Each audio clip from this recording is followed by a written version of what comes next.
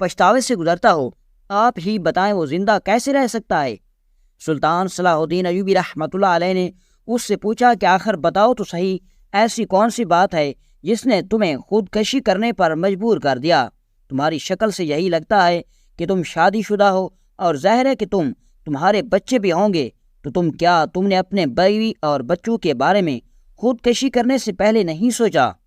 تو اس نوجوان کے ٹوٹے پھوٹے الفاظ کے ساتھ ساتھ آنکھوں سے آنسو اور جاری ہو گئے، اور وہ کہنے لگا، اے بھائی، جب زندگی میں جینے کا مقصد ہی ختم ہو جائے تو پھر نہ ہی رشتوں کی پرواہ رہتی ہے، نہ ہی اپنی اس دنیا سے میں تنگ آ گیا ہوں۔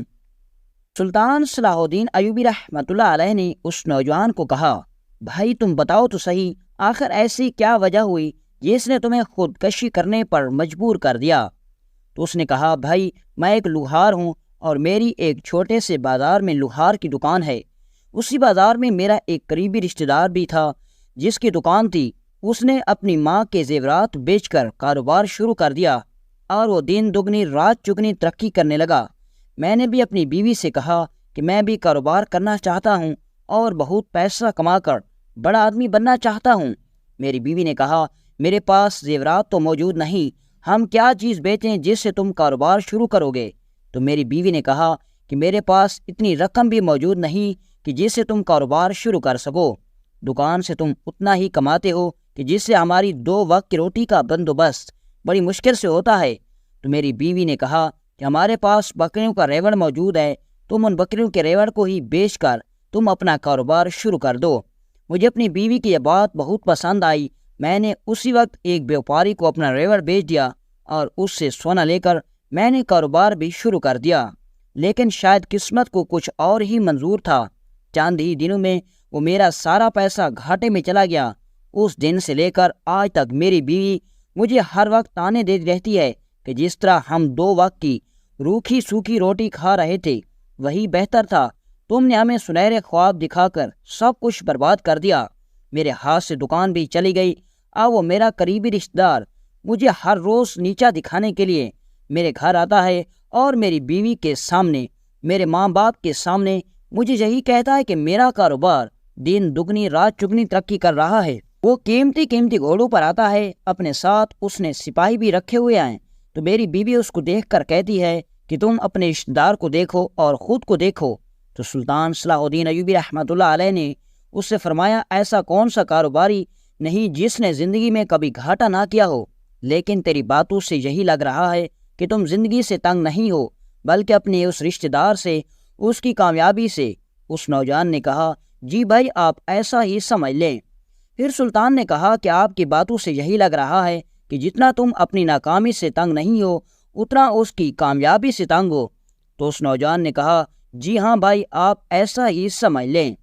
پھر سلطان صلاح الدین ایوبی رحمۃ اللہ علیہ نے کہا، اگر وہ نوجوان غریب ہو جائے اور تم بھی غریب رہو تو پھر تمہیں کوئی پریشانی نہیں ہوگی؟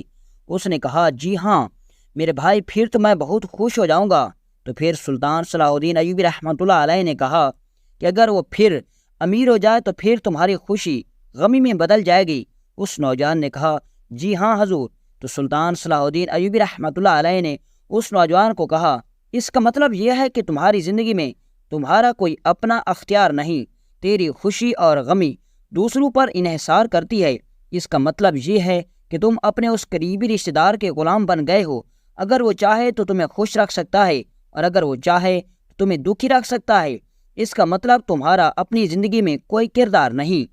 جب سلطان صلاح الدین ایوبی رحمۃ اللہ علیہ کے اس لوہار نے الفاظ سنے تو بڑا حیران ہو گیا اور کہا، حضور آپ کی باتوں سے ایسا لگ رہا ہے کہ آپ بہت ہی پہنچے ہوئے انسان ہیں، ورنہ ایسی باتیں تو کوئی عام آدمی نہیں کر سکتا۔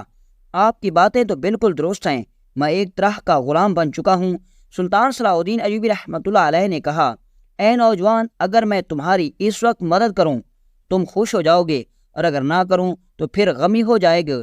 اس نوجوان نے کہا، جی ہاں حضور ایسا ہی ہے۔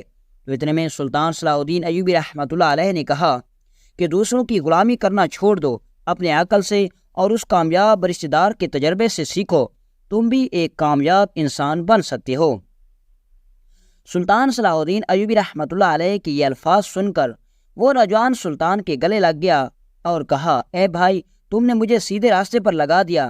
اگر میں خودکشی کر لیتا تو میری پہلی دنیا تو اجڑ چکی تھی، میری آخرت بھی ختم ہو جاتی۔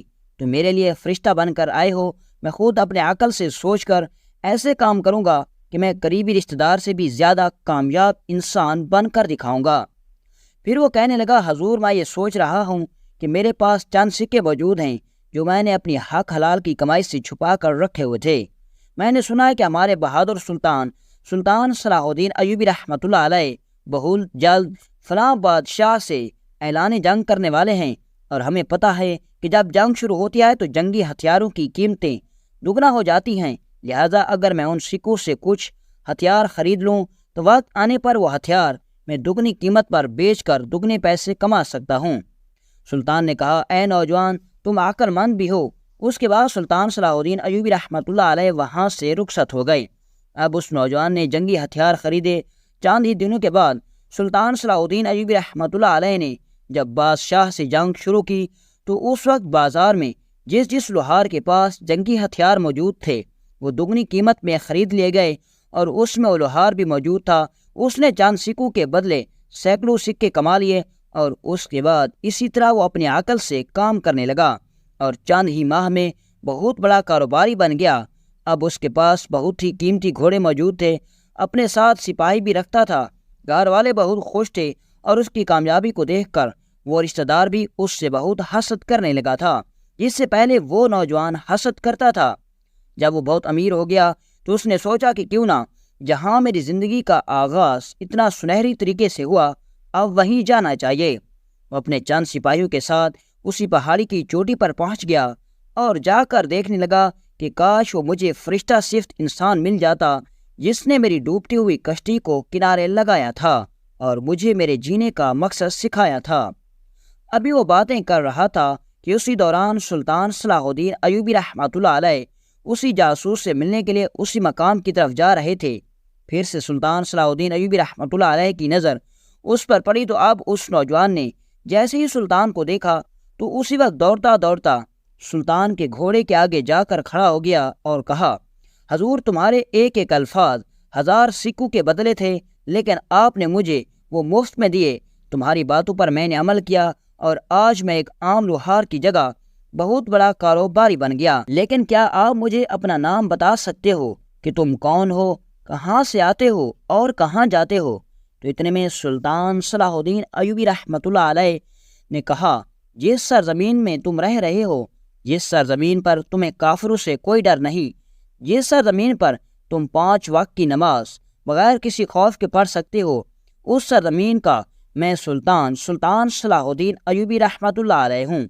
جب یہ بات سلطان صلاح الدین ایوبی رحمۃ اللہ علیہ نے فرمائی تو یہ سن کر وہ نوجوان اس وقت گھٹنوں کے بل گر پڑا اور زمین پر سجدہ کرتے ہوئے کہا، اے ہمارے مالک، جس انسان کو اتنے عظیم سلطان نے نصیحت کی ہو، اگر وہ کامیاب نہ ہوتا تو پھر موت اس کے لیے بہتر ہوتی۔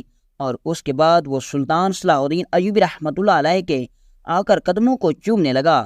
تو سلطان اپنے گھوڑے سے اترا اور کہا، تمہیں کسی اور کے آگے جھکنے کی بجائے اللہ کے آگے جھکنا چاہیے، جس کے پاس ہم نے ہمیشہ کے لیے لوٹ کر جانا ہے۔ اور اسی طرح سلطان صلاح الدین ایوبی رحمۃ اللہ علیہ کی عقل مندی اور نصیحت کی وجہ سے اس نوجوان کی زندگی بدل گئی۔